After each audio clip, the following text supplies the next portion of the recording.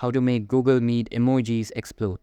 Hey guys, in today's video, I'm going to show you how to make emojis explode in Google Meet. So, make sure to watch this video till the end, and let's get started. First, open your browser and go to meet.google.com.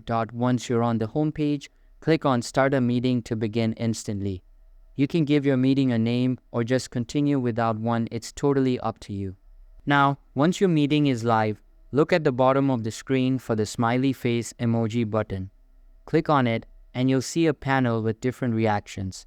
Here's the fun part, find and click on the celebration emoji, which looks like a party popper.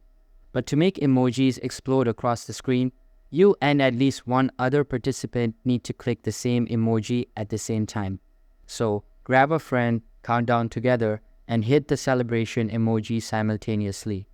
When you do, you'll see a burst of emojis explode on your screen, creating a lively and fun atmosphere in your meeting. And that's it.